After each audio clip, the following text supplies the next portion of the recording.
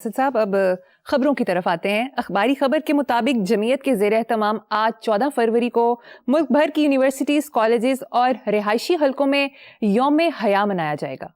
بس یار یہ جماعتیوں کا میرے بڑے بڑے پیارے دوست بھی رہے، میری تو بیٹی کے کان میں اذان قاضی حسین احمد صاحب نے دی، اندازہ لگاؤ مجھ سے اتنی محبت کرتا تھا۔ اور کچھ لوگ ہیں جن کے ساتھ میرا امیر الدین وغیرہ بھائیوں جیسے تعلقات ہیں، لیکن یہ کنٹمپریری نہیں ہے، یہ آؤٹ ڈیٹڈ ہے، یہ بالکل ایسے ہی ہے۔ ہم نے چیزوں کو عجیب طرح کا بنا لیا۔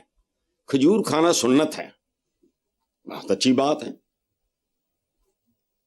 تو طائف کے پتھر کھانا سنت نہیں، احد کے زخم کھانا سنت نہیں۔ عجیب یوم ایک دن حیا کے ساتھ، پوری زندگی حیا کے ساتھ۔ کیا گوروں کی نکالی بھونڈی ترین، بلکہ وہ بھی نہیں، تم ماچس نہیں بنا سکے ان کے یام، وہ ہاتھوں کی جنجیر تو فلانا تو ٹمکانا، کیا کرتے رہتے ہو؟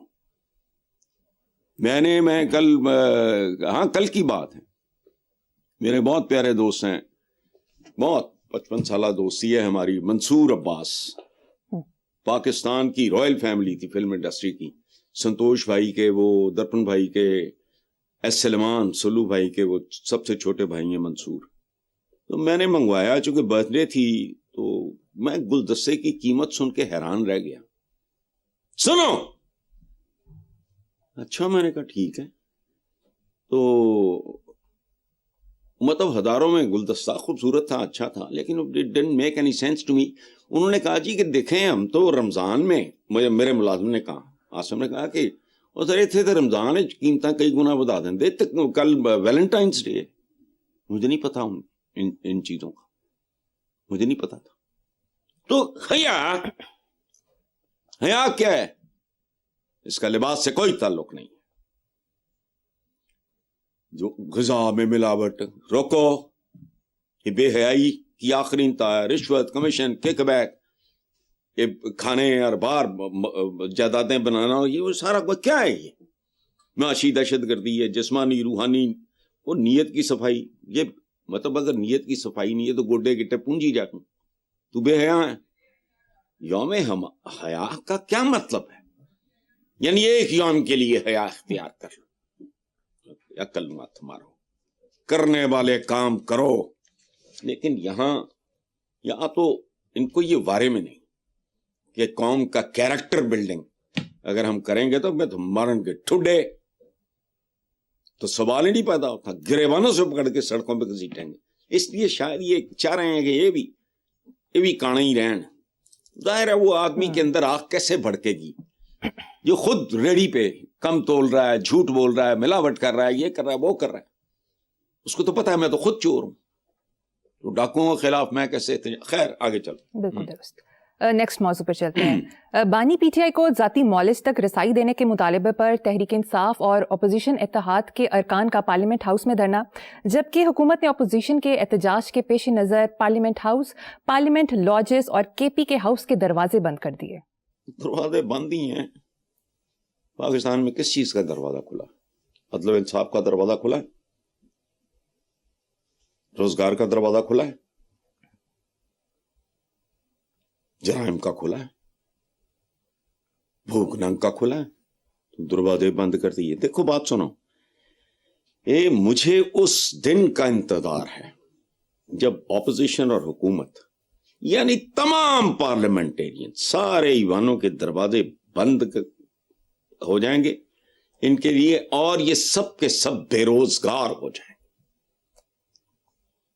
پروردگار اگر میں نے زندگی میں ایک اچھا کام کیا ہے تو دیکھو مصطفیٰ کمال۔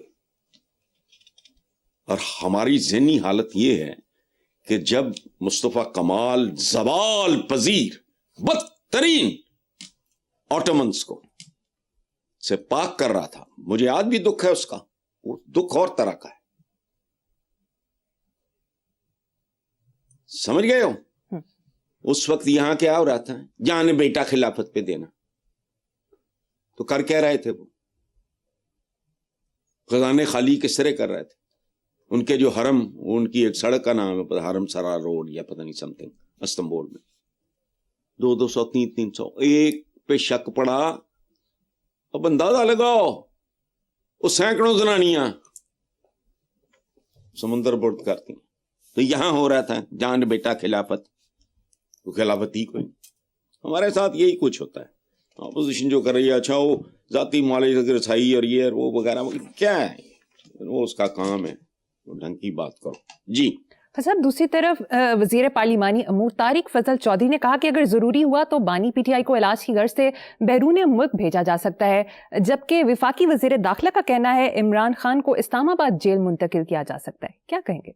ویسے مریم آپ کو ایک بات بتاؤں بیٹا، بیرون ملک غیرت مندوں کے لیے، بے حصوں کے لیے نہیں، غیرت مندوں کے لیے بیرون ملک رہنا بہت بڑی مجبوری اور قید سے کم نہیں ہے. میں نے ایک بار امریکہ کو 22-24 شہروں میں لیکچر رفیع خان نے ارینج کرایا ہوا تھا، فنڈ ریزنگ پتہ نہیں کس چکر میں تھی. تو میں نے آ کے کالم لکھا کہ میں اتنا زیادہ امریکہ آنا جانا تو کوئی بندہ 1-2 شہر 3 شہروں میں، میں پتہ نہیں 20-22 شہروں میں لیکچرز دیے. تو میں نے کہا ہر پاکستانی کا مجھے کوئی نہ کوئی عضو، کسی کا کان غائب نظر آیا، کسی کی ایک آنکھ نہیں ہے. یہ سمبولک بات تھی. میں جب ضیاء الحق کی جیل نشیلیں کاٹ کے میں فارغ ہوا، بہت زیادہ قرضہ بھی چڑھ یہ وہ سارا، تو میں پہلی بار ملک سے باہر گیا روزگار کے سلسلے میں. تو پہلا کام میں نے پتہ وہاں کیا کیا، ایئرپورٹ پہ اتر، حالانکہ میں نے قسم کھائی تھی، کفارہ دیا کہ میں لکھنے پڑھنے پہ لعنت بھیجوں گا، لیکن کیا کروں، میرے لیے آکسیجن ہے. جو شعر لکھا اس سے سمجھو کہ جو با حیا ہوگا اس کے لیے جلا وطنی جیل سے بھی بڑی چیز ہے. شعر کیا تھا، بدن لے کر چلا ہوں، جان پیچھے چھوڑ آیا ہوں، وطن سے دور ہوں، پہچان پیچھے چھوڑ آیا ہوں. پہچان کا نہ رہنا، بہرحال وہ بیرون ملک جانے والا کھاتا تو مجھے نہیں لگتا، ورنہ وہ کب کا چلا گیا ہوتا شاید. بالکل. چلو. اچھا صاحب، ایک ٹی وی انٹرویو میں فیصل واوڈا کا کہنا ہے کہ 500 سیاستدانوں کو نشان عبرت بنانے تک سسٹم ٹھیک نہیں ہوگا. دیکھو بات سنو، جس کو جیسا لگے. مجھے فیصل واوڈا پسند ہے، بات میں ٹھوک کے کر دیتا ہے، ٹھیک ہے، اور پرسنل ہوئے بغیر موسٹلی وہ جو بات کرتا ہے بات ٹھیک ہے. اور یہ بات یہ جو 500 نہیں، وہ فگر ذرا زیادہ بولا کرتے تھے. یہ جنرل باجوہ بھی کہا کرتے تھے کہ ان کو کسی چائنیز نے کہا.